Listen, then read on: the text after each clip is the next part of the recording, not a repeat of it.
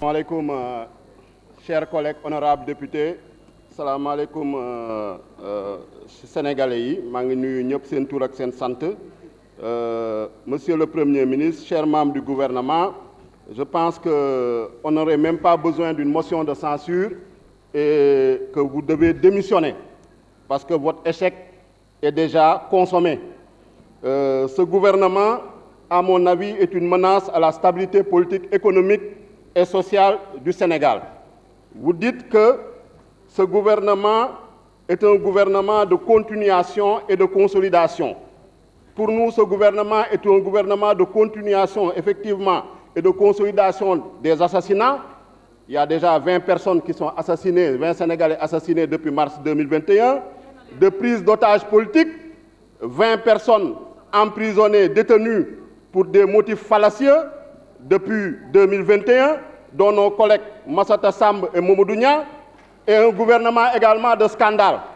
Avant d'arriver au scandale, je voudrais corriger ma chère collègue honorable députée Astou Ndiaye que la motion de censure, on ne l'a pas fondée sur le règlement intérieur, mais si vous aviez lu le document qu'on vous a remis, c'est sur l'article 86 de la Constitution. Il faut lire les documents, chers collègues, de l'ensemble lyrique traditionnel de Benno Bokk Yakaar. Voilà, donc ce gouvernement, on a dit que sur la forme, ce gouvernement est pléthorique. 38 ministres, dont des ministres auprès des ministres, un concept qu'on ne comprend pas. Embouteillage et un émiettement ministériel, avec des dépenses exagérées, des dépenses de cabinet exagérées. Quand vous lisez le budget 2023, toutes les dépenses de cabinet ont augmenté de manière exagérée. Sur la forme également, on voit qu'il y a des départements qui n'ont aucune cohérence. Quand vous prenez le travail, rien que le secteur du travail, il y a 5 ministres. Ministère du Travail, ministère de la Jeunesse et de l'Emploi, ministère de la Fonction publique, ministère de l'Insertion.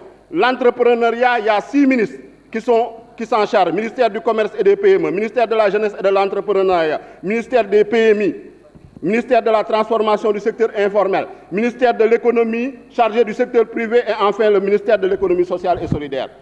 Pour les scandales de gouvernance, on ne peut pas les citer évidemment en 3 minutes. Mais le dernier qu'on a reçu, les 1000 milliards du fonds Covid, le scandale des faux passeports de service, le building administratif dont le prix ne cesse d'augmenter, les 6 000 milliards de Petro-Tim, enfin, les 45 milliards du trafic d'armes, donc passé par le ministère de l'Environnement, m'aurait-on dit, à un repris de justice poursuivi par la justice nigériane, Aboubakar Himma, qui aurait contracté avec le gouvernement sénégalais.